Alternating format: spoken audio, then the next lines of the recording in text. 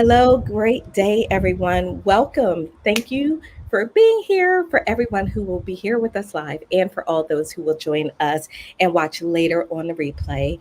We're excited about our season finale of LEADJITSU Rise in the Dojo. So, we're going to have a fantastic conversation today for our season finale. So, if you are willing, if you are ready, if you choose this mission, if you're willing to take it on with us, then we invite you to step with us into the dojo as we prepare to rise.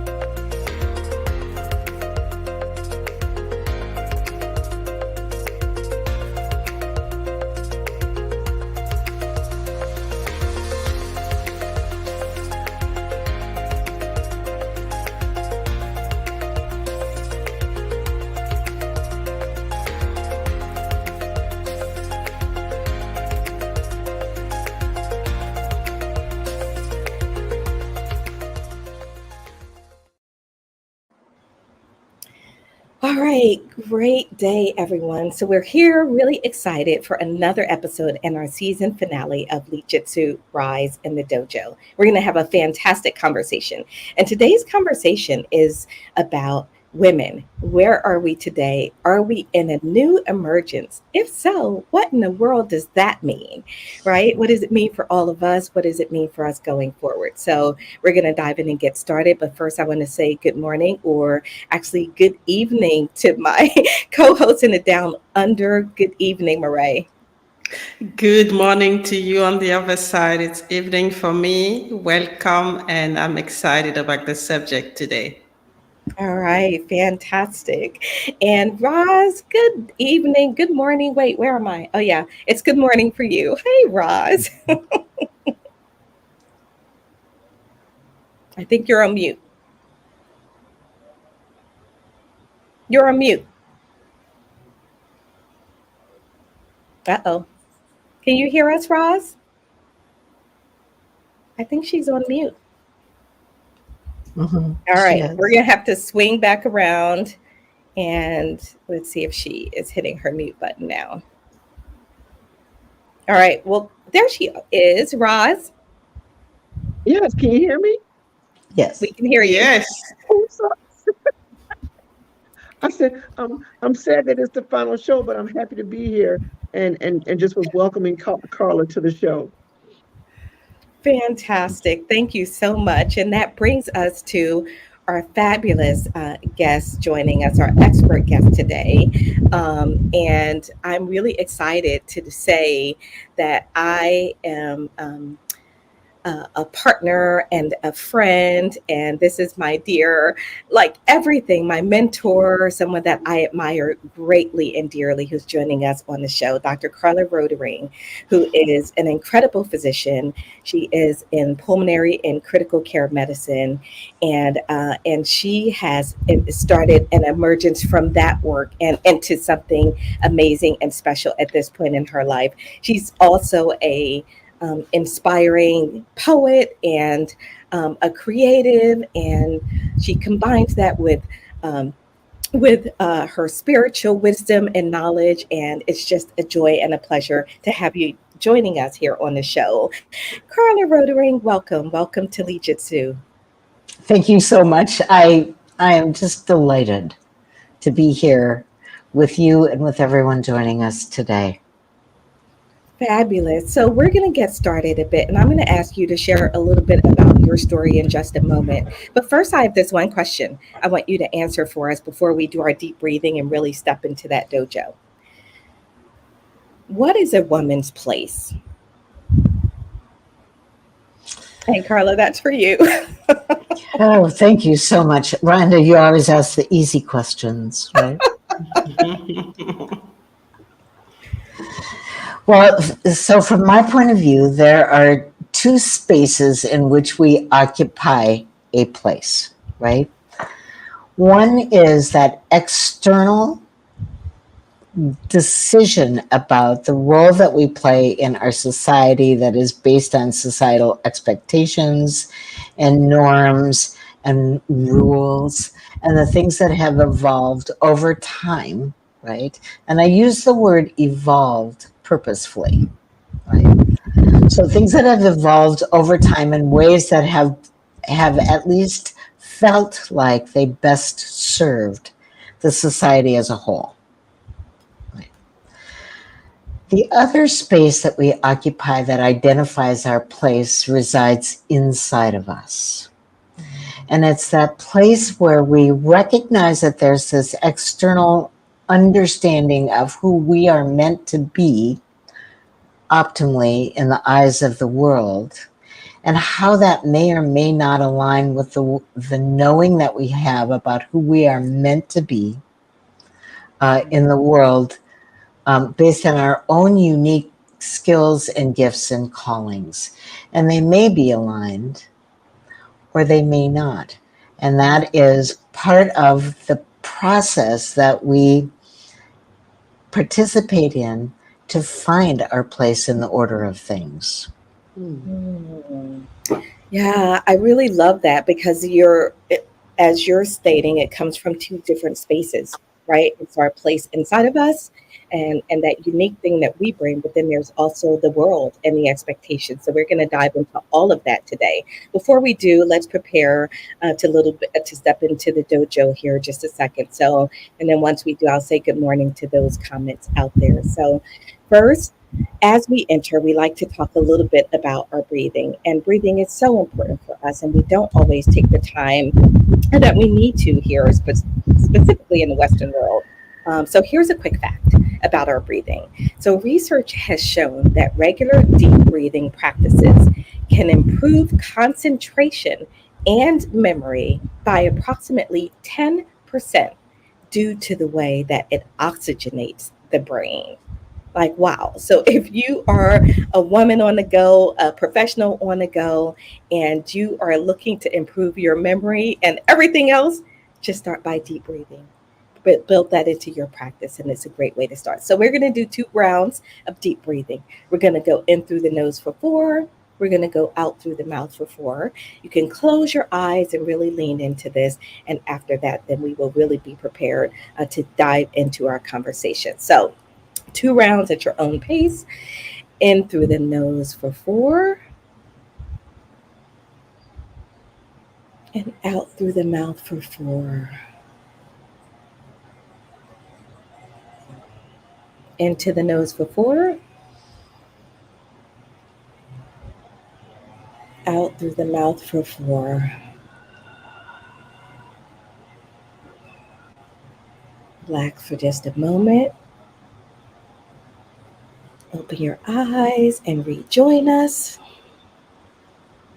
And let's get ready to step into the dojo.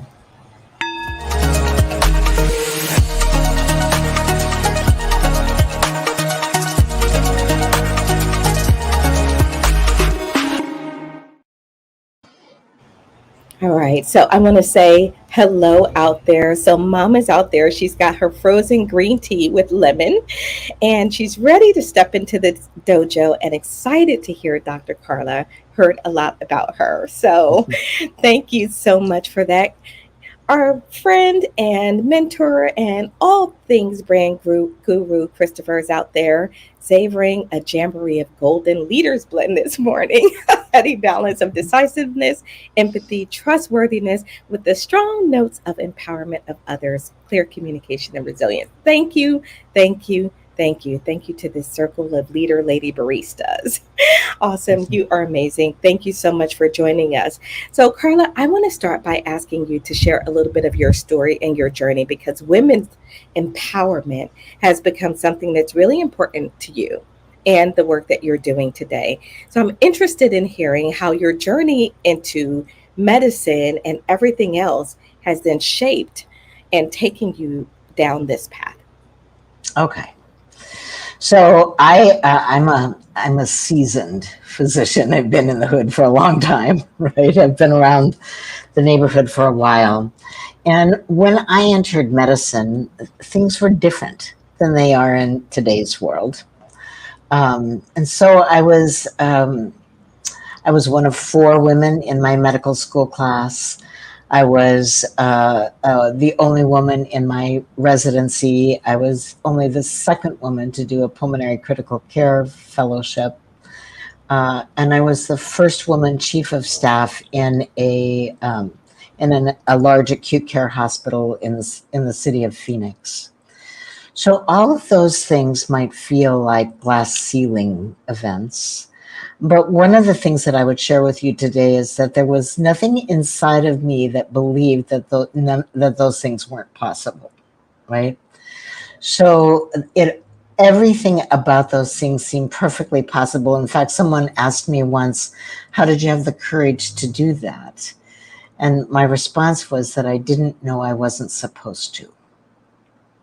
Or I don't know if I would have had the courage to do that. Having said that, the experience of being a woman in an essentially male world was not easy, right? And it wasn't easy because there wasn't anyone to show me the way that I could identify, at least. And so the only way that I knew how to navigate this profession, to which I had a deep and essentially sacred calling, was to toe the line, to use what the paradigm that was in place to forward myself through the traditional process. And so I left a lot of the qualities that I considered my feminine qualities sort of on the wayside, so that I could navigate my way through this sort of rigid structure that defined success in a certain way, that allowed you to ascend in a certain way. And in retrospect, I noticed that there was always a certain lid on that ascension that I didn't see in the moment. Right? But as time has, moved forward, and the numbers of women and their own unique presence in the field of medicine, and I think across all fields, has become more evident. There's sort of a tipping point that has been reached. And so the thing that I denied, this sort of fact that I was a woman, has now become sort of my strength that I recognize moving forward. And there's something remarkable that happens when women actually come together around a common cause with intention. And the intention of women in the world today is to grow beyond the limits that we have noted before, and to take our rightful place in the order of things, as I referred to before. So kind of a long story, but that's where I'm at.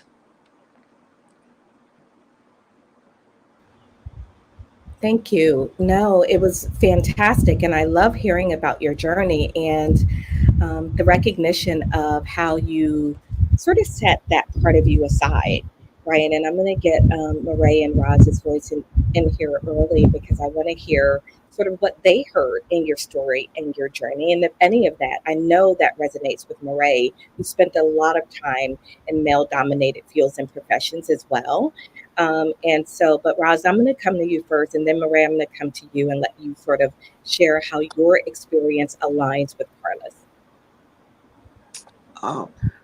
The first thing that hit me with that Carla said, that no one showed me the way. No one showed me the way. That literally knocked me over, and I connected immediately, because a lot of times as a Black female, when I would go into spaces, I was the only one. I was the only one. So they expected me, they had high expectations, but my mother and my grandmother had already somewhat prepared me that when you go into these spaces, you act a certain way, you talk a certain way. They always say, when you're in Rome, you do like the Romans do. But there were still some sacrifices That's what I heard you say. There were still some sacrifices that you did, Carla.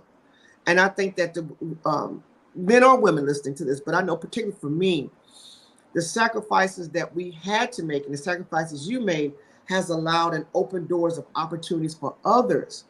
Because if you had not done what you have done, we probably couldn't even be sitting here on YouTube. I'm just being honest, because all these social medias have always been male dominated. Now some female CEOs are coming in and take over social media. However, there are women like you that I'm grateful for because of what you did, and your impact was not just in your area of expertise.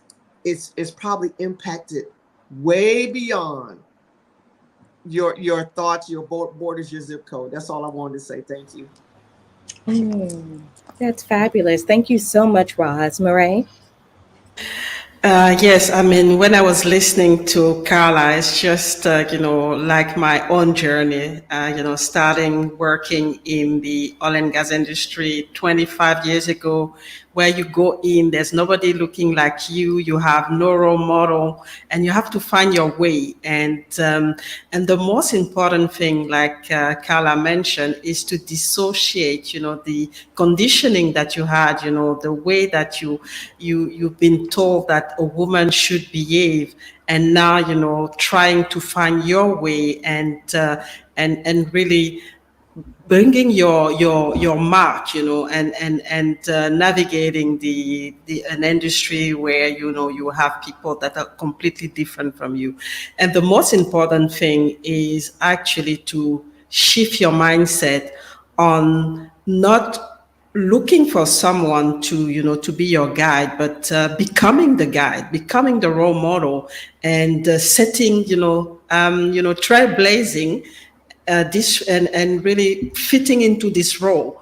And I think that's the way, it's free. It gives you freedom, because then you know that you have all the leverage to actually create, whatever you think will bring value, and thinking that you actually becoming a role model for the next generation, for the next woman that looks like you, or for the next person who is in a minority, who is a minority in a certain group. So it's not just about you anymore. It's about really the legacy that you're gonna leave, and the impact that you're going to create to bring more people that look like you, or more people who are in a minority, to become the best and bring the best in the particular industry that you are in. So, and it's not an easy, it's not an easy journey.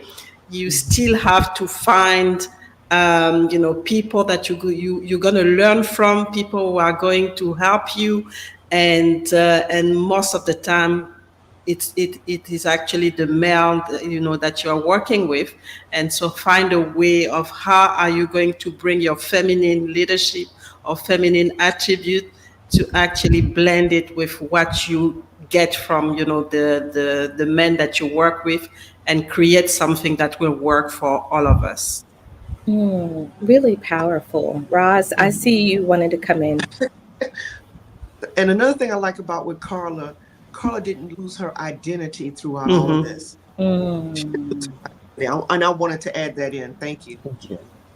Yeah. And you're right, Rose, because you can lose your identity. I see a lot of colleagues who actually try to emulate, the male colleagues, but we're not male. We are women, and we have to find, a way to bring that, womanhood into our working space, and integrate it into the environment that is that we work, in. Well, I think it's really an important point, and it's a great time, I think, for us to talk about what that means, right? So we are women. We don't need to shun the fact that we are women, and that, whatever that means. But if we are moving into this new place of emergence, what does it mean to move into this space as women? And are we emerging into a space, into something, or are we creating it? Right? Or is it something that we need to create? So, Carla, I'd love to hear your thoughts on, because you and I have talked about this this tipping point, this time, you alluded to it earlier. What is it? It's exciting, but it's a little scary. I'm like, I don't know what it is or what it means. Yeah, I don't know.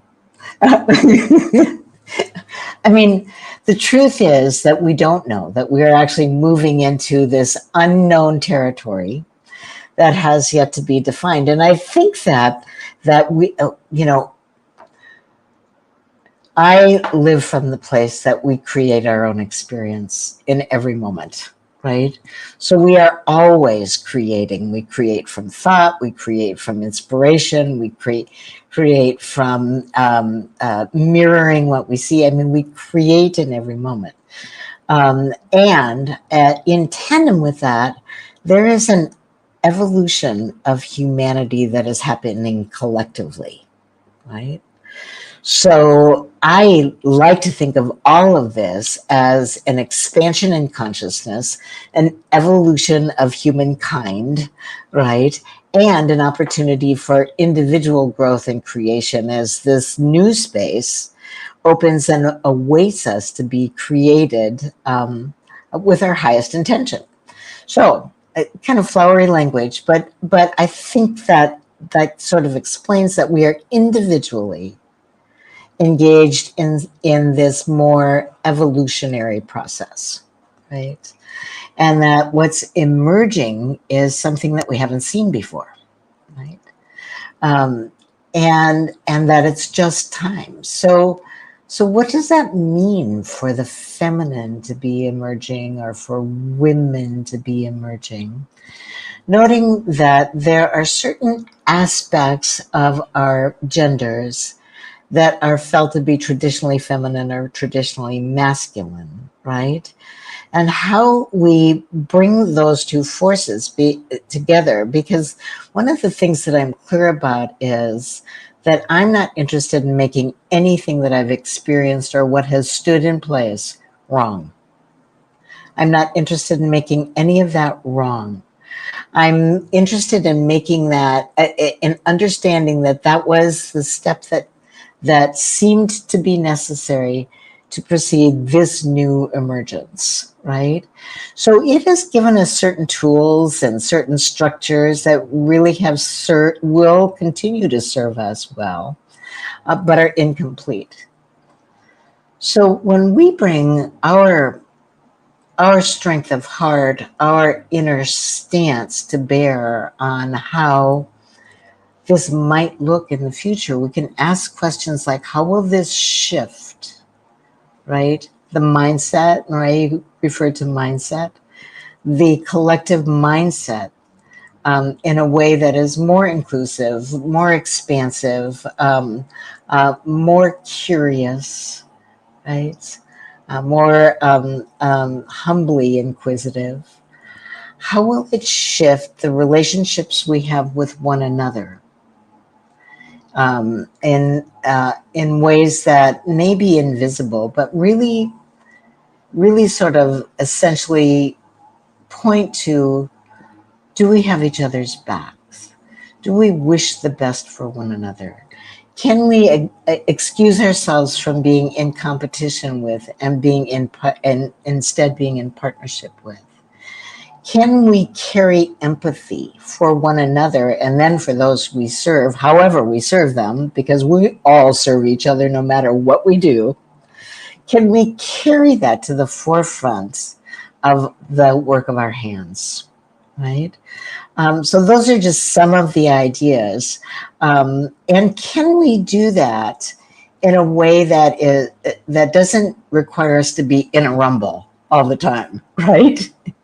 So can we do that with consciousness? Can we do that with kindness? Can we do that for the greater good? I am not opposed to being in a rumble if it's called for, right? But I still want to do that with the intention of this being for the greater good, right? So those are just some of the things that I think of. And what I recognize also is that if we are to emerge, there are things that we're going to need to lay down, right? There's an understanding of what our role is that has to be reimagined so that we aren't solely responsible for some of the aspects in our lives that have traditionally been felt to be a woman's role, right? There are things that not only the world and those external understandings of who we are will have to be released, but we personally will have to let go of some of the things that we have always claimed agency over and felt a certain pride in.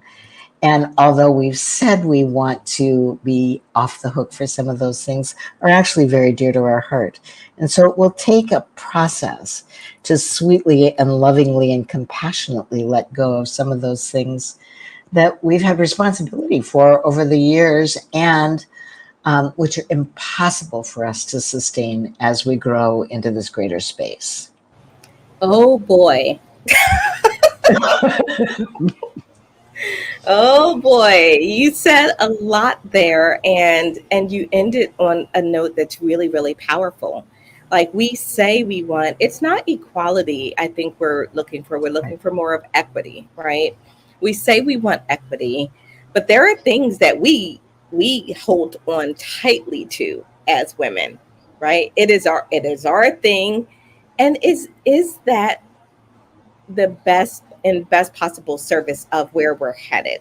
I don't know that, right? Obviously, child rearing is one of them, right? We're like, no, the woman raises the children. She has the majority of a lot of the housekeeping, managing aspects of our lives. Women tend to take ownership, and I talked to one woman who said, "Well, frankly, I do it because I want it done right." Right? And so these are Yeah. things that we hold on to. I want to say hello to a couple people. Favor, good afternoon. Happy to be a part of this call. She's checking in from Nigeria. Regina's out there. Hello from Texas. And Favor says partnership with one another is key. We're not in competition. If we must emerge, we will need to lay down and let go of some of those old ideas. Thank you for that. So, all right. So Roz and Marae, what do we need to lay down? I'll put mine right out there. I need to let go of it. It's not my son's responsibility to take out the trash. Like it is not. I will sit back and go, what? The trash needs to be taken out, or when are you guys going to do it? What? And then I look at myself and I say, well, why are you waiting for them? Like you are perfectly capable of taking out the trash. But it's an old ideology, right? It's an old sort of embedded and rooted that the guys in my household, when my ex was with me and everything else, the guys took out the trash. And so I now have to actively navigate myself through that. All right, let's do this little fun thing. Roz, what do you want to lay down? Well, I'm not gonna lay down there because I was raised the same way. My father took out the trash. My ex-husband knew from the giddy up, I don't touch the trash. Those were some things that was understood, honey. You know, also too that I don't touch the doors. I don't touch any doors. That a man always opens the door. I'm sorry, I can't lay that down. I'm so sorry. Pull out the chair, open the car door. Those things I'm not going to let go. I'm sorry. Is there However, anything you are willing to let go? buying You don't have to pottery. answer right now. I don't want to Yeah, put you on no, the no, spot. no. Buying a lot of purses, I do have to let that go, and I have to let go of some of this weight that I've gained. I got to let it go. I've got to let it go. So those are two of the things that I'm willing to let go. But it was interesting that she says that we have to let go to grow, and sometimes it's our own self inflicted or self sabotage activities that block our opportunities and blessings. And I'm gonna turn it over to Marae. I'm Yeah, sorry. yeah, Marae. Oh Lord, I'm trying to let go a lot of things, especially at home. I'm working. My husband is working, but I tend to always want to be in this role where I'm the one controlling the house, managing the house, cooking, and blah blah blah. Because that's how I was raised. So I had to let go. I'm actually getting really good at letting go because now my husband cooks, so that's good. And so I'm kind of, delegating a little bit and trying to enjoy who I am and defining a new me without having this burden of thinking I have to organize the house because I am the woman. So that's really where what I need to let go. I love it. I love it. I love it. So Favor says we have to let go to grow. Thank you for that statement. And Christopher Mhm. said chivalry lives as long as women say it's a good thing. Right. So I do think there are some distinctions there, right, that we want to be able to make in terms Mhm. of, because I also think, and this could be a whole show.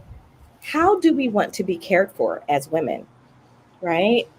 What do we want? What do we expect in terms of our relationship and our partnership with men? We don't have time on this show to go into all of that, but I do think that some of that is a part of it and being okay with those. And some of it, I think, is about partnership. I want to talk about this. So, most of you know that the Chiefs NFL kicker made some comments about where he thought women were. I don't even want to paraphrase his comments. I want you all to just hear it. But anyway, he had his own ideas of what he thought women should be most proud of, right, in terms of our roles in society. So I'm going to play a little bit of that. And then, Carla, I'm going to come back and ask you and Roz and Murray to respond to that because you made something very clear in your way of thinking. And that is this is not about arriving, right? We're not going to get to this place where everyone is thinking the same and everyone's on the same page. So we will still always have this navigation that we have to do. So let's see if I can get this up and we can listen to Mr. Harrison here share his thoughts. I'm going to share my screen here. And Harris, what first commitments address? All right, let's listen. For the ladies present today, congratulations on an amazing accomplishment. Be proud of all that you have achieved at this point in your young lives. I want to speak directly to you briefly because I think it is you, the women, who have had the most diabolical lives told to you. How many of you are sitting here now, about to cross the stage, and are thinking about all the promotions and titles you're going to get in your career? Some of you may go on to lead successful careers in the world, but I would venture to guess the majority of you are most excited about your marriage and the children you will bring to this world. I can tell you that my beautiful wife, Isabel, will be the first to say that her life truly started when she began living her vocation as a wife and as a mother. I'm on this stage today and able to be the man I am. I have a wife who leans into her vocation. I'm beyond blessed with the many talents God has given me. They cannot be overstated. But all of my success was made possible. There's a girl I met in band class back in middle school who converted to the faith, became my wife, and embraced one of the most important titles of all, homemaker.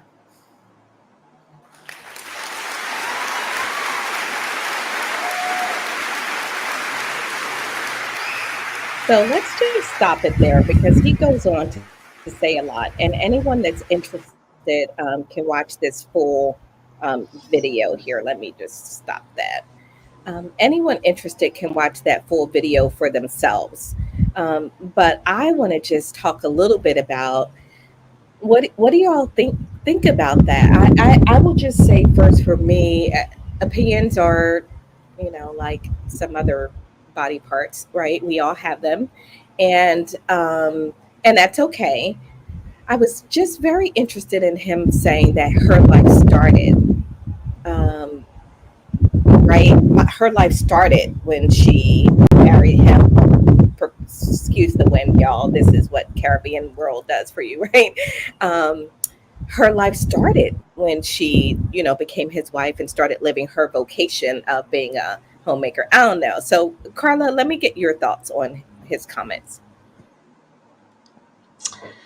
Well, I think the natural response for many of us is to react, to have a reaction to what sound like provocative words. I suspect for everyone on this screen and for many people listening, and to condemn and criticize him for expressing that. I would have been much happier if he had talked about his own experience.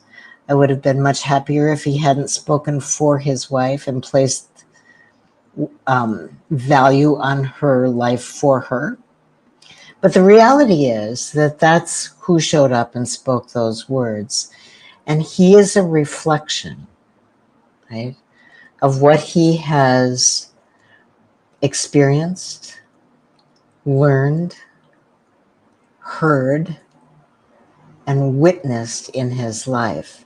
So to expect him to say anything different than that in this moment in time, given where he grew up, how he grew up, by whom, what he was taught, might be an unreasonable expectation. The opportunity here is that we have an awareness that that's what resides in a portion of the world, right?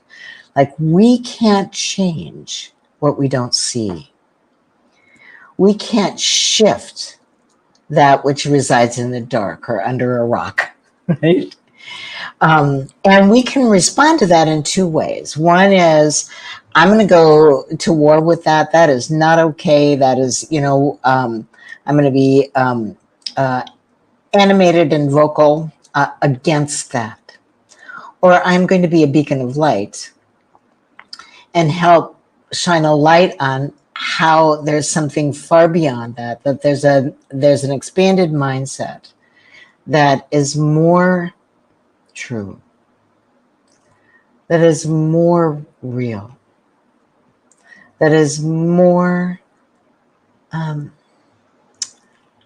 expanded. I've used that word before, but that really speaks to the truth of who we human beings are on the earth and what we have to bring. I have children.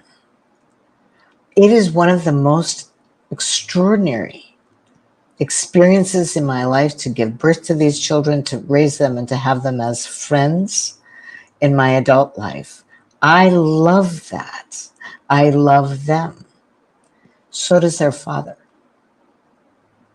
right? His life was transformed when those children came into being. My life was transformed. It's part of what happens as we grow families, and as we assure that there's a next generation that will see something new, see something different, right? So it's easy. It was easy for me, and I had that initial reaction. That is not okay to say that stuff, and all kinds of other conversation that I might have had about that. And then when I could get a little altitude, I really recognized that, and this is maybe a hard word to hear, but in his innocence, that's the best he can say right now, because he doesn't know any better.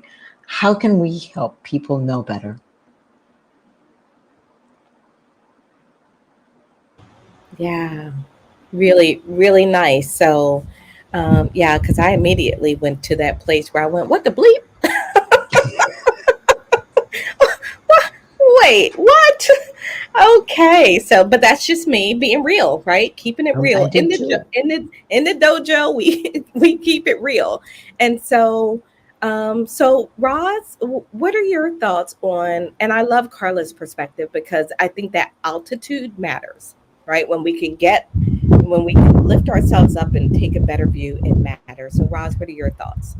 When I first heard it, I didn't have altitude. I was at sea level. Yeah, me And too. I have to be very honest. I'm like, so, and this is the way I thought. Seriously. So you mean to tell me that this woman didn't have a life or an identity, or, didn't have, didn't know who she was before she married you? So there had to be something there that attracted him to her prior to her getting married to him. Now, yes, you evolve in relationships. She took on the role as a homemaker, or he could have said something like that, but his verbiage, to me, may have set off some people. Like, like when I heard it, I was like, this baby, he needs help. But listening to and have this dialogue, because it's bringing me down. Because I'm telling you, I was ready to like fire off an email. Have you lost your mind? This woman, was somebody before she met you, but she has improved the quality of your life. I'm just saying, and maybe the lives of those connected to you.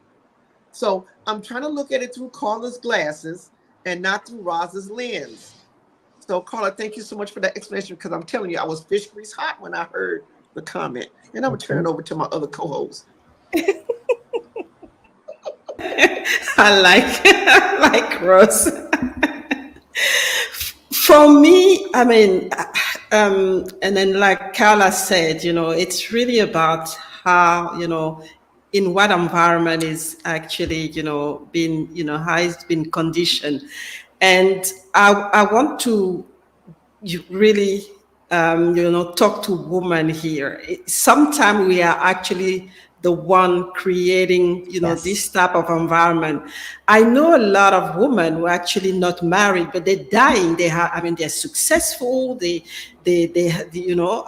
Professional wise, they have everything to be happy. But for them, if they're not married, they don't feel accomplished. So and then we actually show the, we see the sign, and which actually create the environment and the type of words that we hear here. Sometimes it's because they don't have children, so for them it's really, they forget about everything that they have, to be thankful of everything that they have, to really just say, I need a child to be happy. So we really have to be careful as we talk about empowerment, on how we show up and what we really bring on the table, because that's actually what create this type of, this type of words from some men. So I didn't really react it, because I know that sometimes in a lot of culture, and I come from a very traditional, cultural background, being married is really kind of the success story for a lot of women, and it's conditioned by how they are, brought up, and that's what their parents or grandparents or community are looking for. They can be, the best engineer. They can be, they can earn $1 million. If they're not married, for that particular environment, it's not a success. So we have to really be careful, when we look at it as well.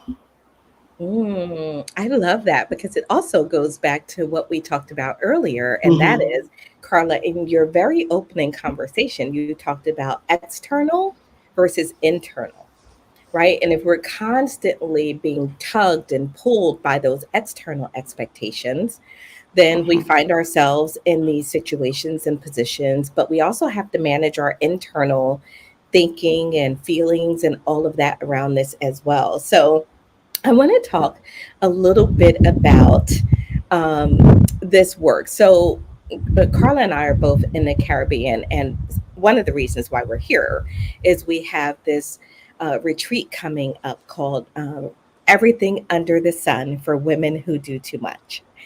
And I want to invite Carla to talk about this work that we're doing a little bit, and why it's important for us to create these spaces and to have these conversations. Exactly what Marae is saying right now. We have to give permission to each other, support each other in this. So, Carla, tell us a little bit about what we're doing, and like, why is this important? Right. So I think we've pointed to some of that stuff already about why it's important, but to drill down into the actual experience of an individual woman's life who is overcommitted, over responsible, overworked, overextended, and so busy that we actually are separated from ourselves. We are like living a life that is living us.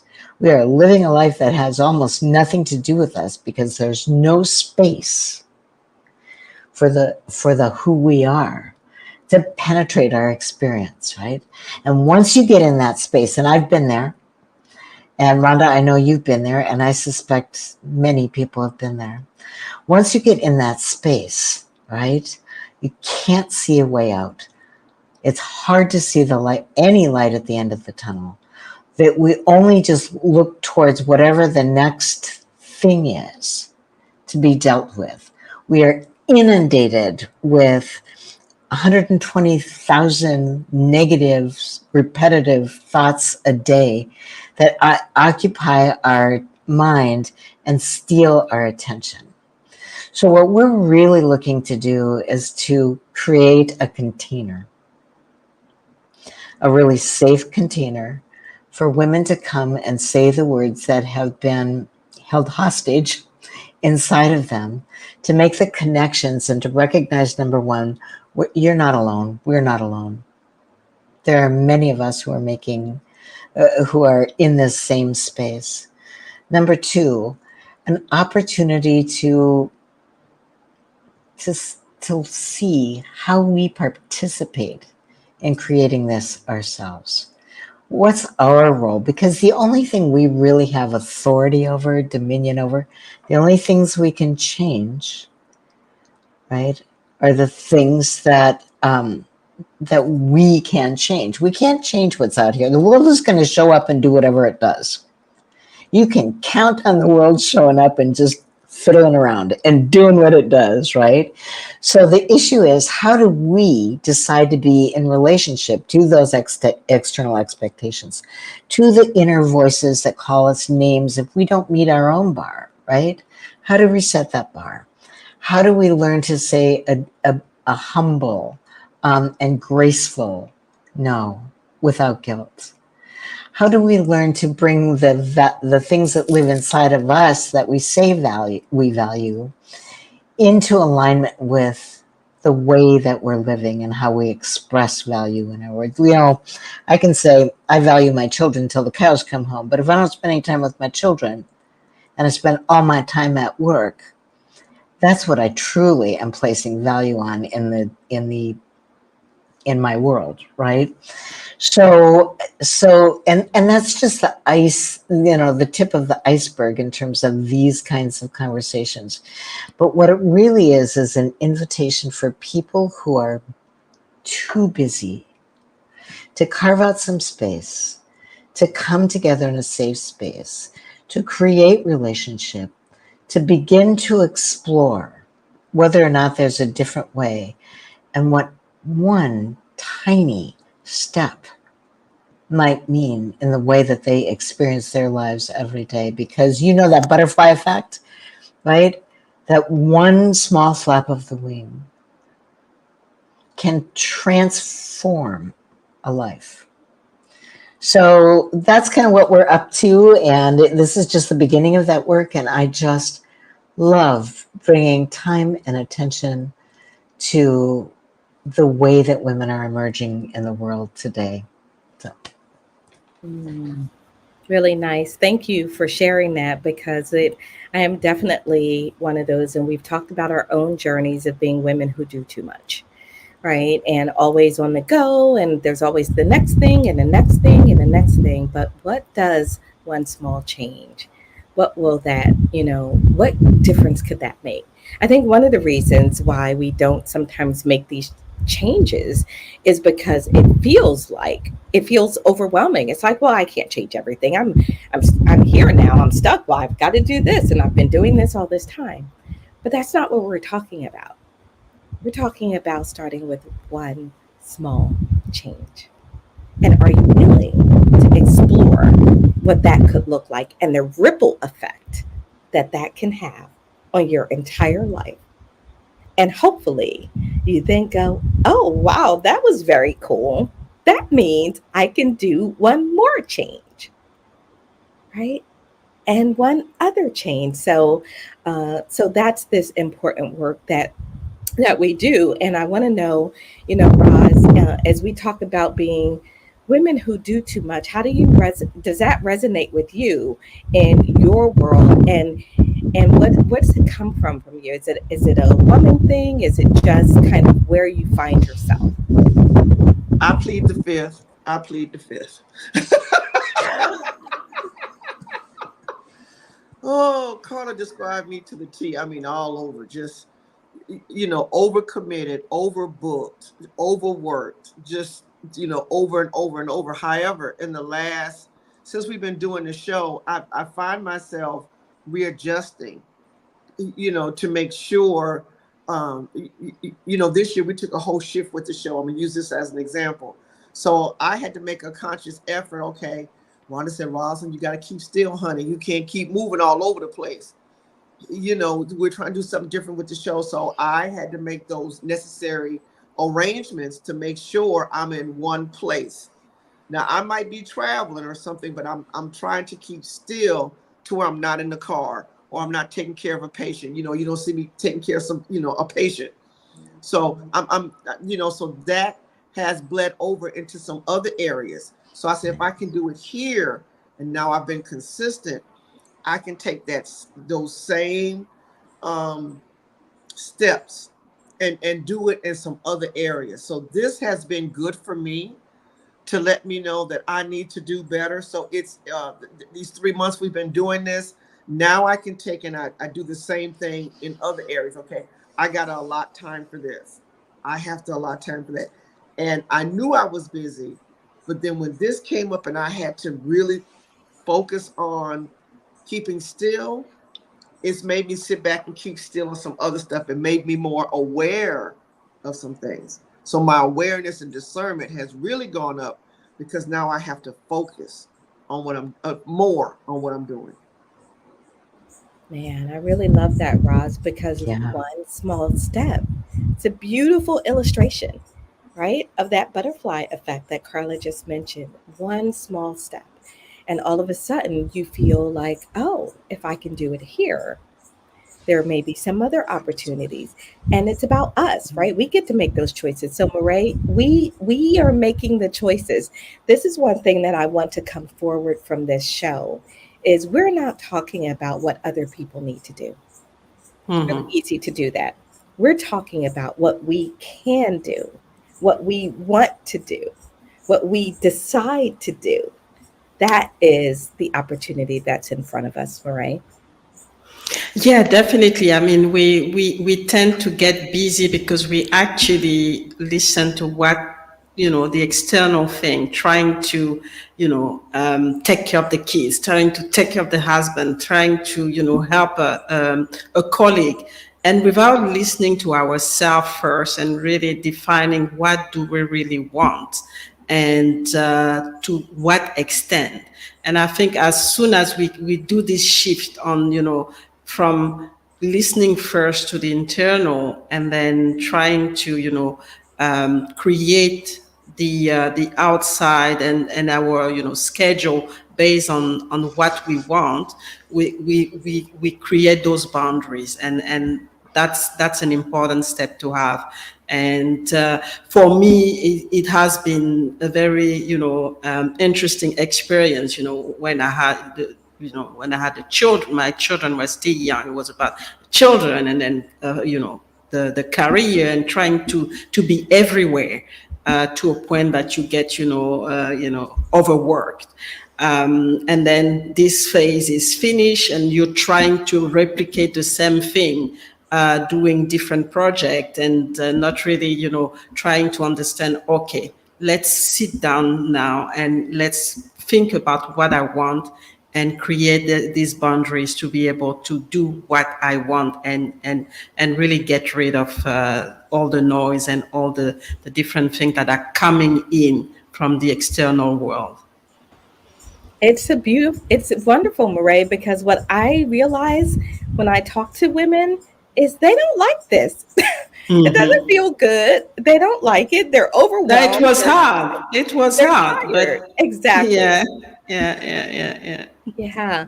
I've got so wrapped up in the conversation, honestly, that I forgot about the comments. And so my apologies, everyone. So mom said, yay, Christopher, for chivalry. I love it. Absolutely. That's why I had to make that little caveat, right? We're not saying that we shouldn't do these things. And it's for each of us to decide. And I'm kind of for a little chivalry too. At some point I'm gonna find some. So, but that's a different conversation. Uh, and our good friend Janine is out there. She says, hi from Anguilla. Everyone is excited about the upcoming retreat. Sold out. The retreat we didn't even mention that the retreat is sold out. We are so excited and looking forward to that. So thank you, Yeah. Janine, for your partnership and everything, and for tuning in as well. Christopher says, back at you, Cindy. Epic episode. And then Mom said, agree, Christopher. Epic episode.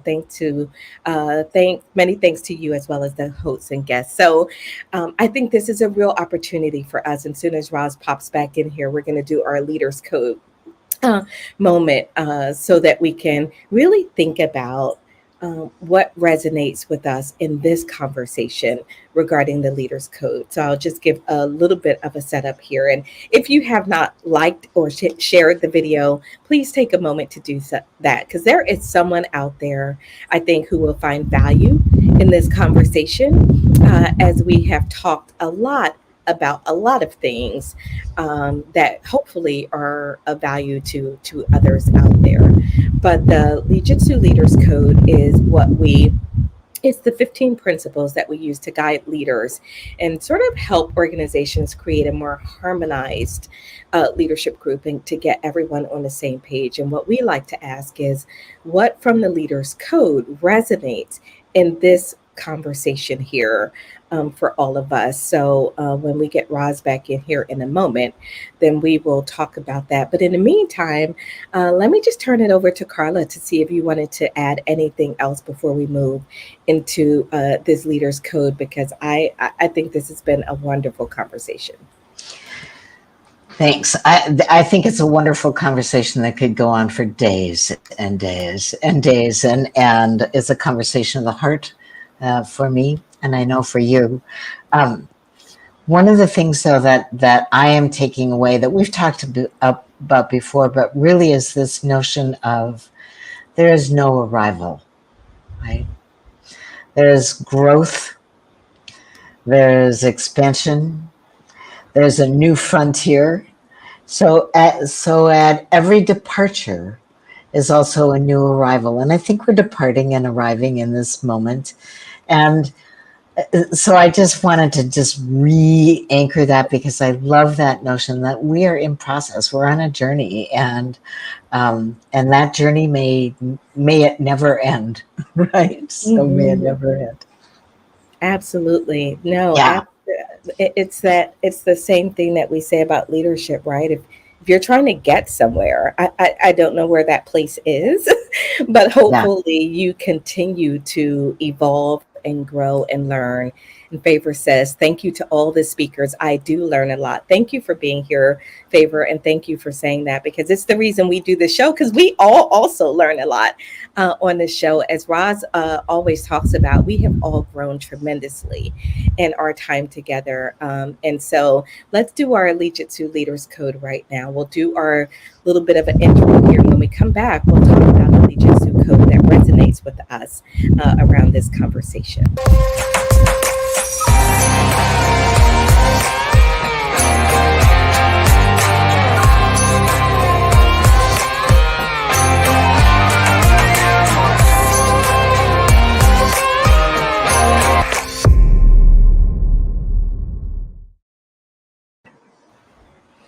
Okay, so let's do our leaders code. Roz, I'm gonna let you go first, darling, so that way nobody will steal yours. Thank you. Every week somebody takes mine. Anyway, uh, I want to do number 12, the patient path. Understanding the patient path, recognizing the importance and supporting and nurturing growth over time as the gradual progression through our jujitsu ranks. So, we have to have patience. And I think that's what Carla is also talking about. We have a journey, we have a path. It's not going to happen overnight. It's a matter of time and seasons that we have to go through. Thank you. Mhm. Yeah, thank you, Roz. Really, really good stuff. Marae?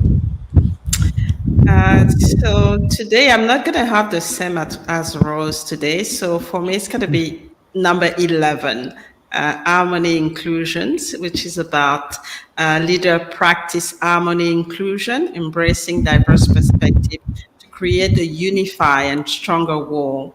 similar to high divert technique harmonized in Jitsu. So it's really about what we were talking about today, which is, through the growth that we are going through, really trying to, to learn at the same time from the outside, but also knowing exactly what we want, internally, and harmonize that, integrate that to really continue the journey and evolve, as a human being.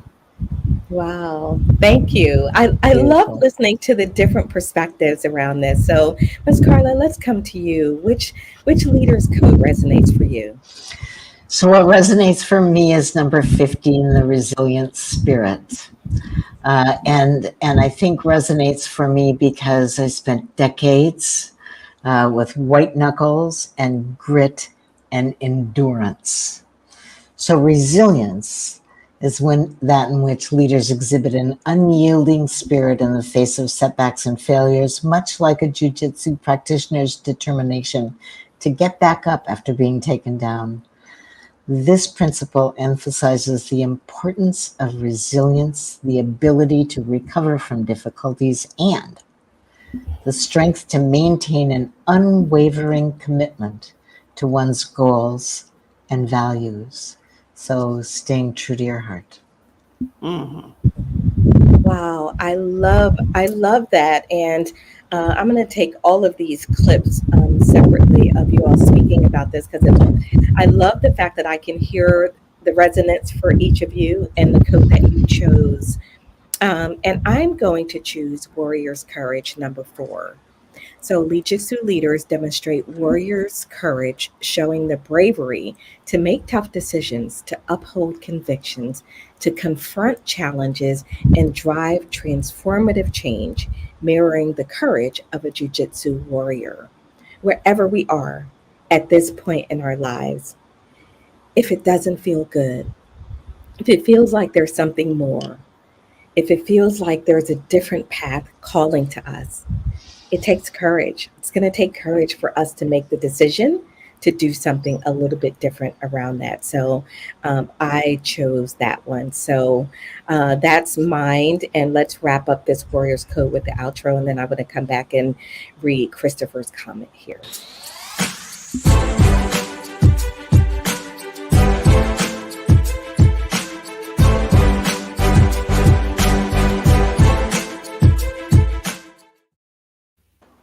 So, if you want to get your own copy and download the Leadjitsu code so that you can read along, choose your own code for every show, you can go to leaderscode15.com and download your copy. So, let's see what our comments are saying here. Live chat is woefully inadequate forum to really detail what a premium and valuable, modern, informational, transformational, and wholly enjoyable show. Brilliant, brimming with heart mastery gusto. Thank you, Christopher. And the reason why I like to read every single comment in full is because later when we put this on audio format, they can't see it, right? So we can say, oh, great comment. But for those that are listening on audio later, they'll go, oh, yeah, well, whatever that said, right? So that is the reason why I take the time to read those. And mom said, thanks for another great season. We'll miss you all. So thanks everyone for being here. Our time is gone, poof, like magic. It has flown away. So thank you all for being here and for being here and tuning in for this season, this inaugural season of Jitsu Rise in the Dojo. I hope you all have enjoyed this transition and transformation from Coffee with Rhonda, which was, a very different show, to this, which we are very focused on bringing you quality content and gems each and every day. So as this is our season finale, to go around to each person and just say, is there anything short that you would like to leave the audience with as we end our season today? So, Murray, let's start with you. I mean, it's been a really important shift, especially at a time where leadership is really challenged right now around the world, and I think it's about time that we, the common people who are talking to everybody, globally, that we bring this content, we bring this, knowledge and so that people are aware of what's happening and people get the tools as well, and the strategies that can help them to navigate this challenging time. Mhm. Thank you, Marae. Thank you so much, and for your partnership as always. Mhm. Um, Roz. I think that this show, because we have taken the shift, we are fulfilling our physical and natural and spiritual obligations to be able to, have the conversation, and then whoever's listening or whoever we come in contact with, then we can share it with them. So this goes beyond just this show. So I'm grateful that I'm a part of this, been a part of this, and that it hits me first. It always hits me first. I always say that. I can't help you if I haven't had the experience or the information. So now I have the experience and the information, and now I can help others. And don't think that just because you have this one little small part in this zip code, that it doesn't cross state lines, county lines, zip codes, religions, and the world. So I just wanted to say that. Thank you so much, Roz. Thank you so much, and for your partnership and everything that you've contributed to our entire growth and our journey. It's been such a pleasure. So, Dr. Carla Rodering, thank you so much for being here Thank you. with us. What would anything else you would like to add in terms of what people could take away from this show or episode? No, nothing that relates to this episode. I think people will hear what they need to hear and see what they need to hear and see. And I just want to express my gratitude to the three of you for your profound dedication to placing good in the world. Thank you. Thank, Thank you. Just moved and inspired by you. thank you. Thank you so much. And if you want to learn more about what Dr. Rodering is up to, you can follow her on the socials. You can also visit her website, drcarlarodering.com, to see the work that she does on a regular basis. So be please, if you have not connected with her, then do that. And then for me, I just want to thank you for being here, continuing to inspire us. Your comments give us fuel and motivation and inspiration to keep this show going. I know this is a new season, but this is now almost 6 years for us being together, doing shows and having these conversations. So, what an incredible journey it's been, and I look forward to more and for seeing you. We will be back next season. We take a nice long break. Next season will begin in September. We'll, as we get closer, we'll and then we look forward to seeing you all back here next season. Thanks, everyone. And until next season, take good care of yourselves and also don't forget to take care of each other. Bye, everybody.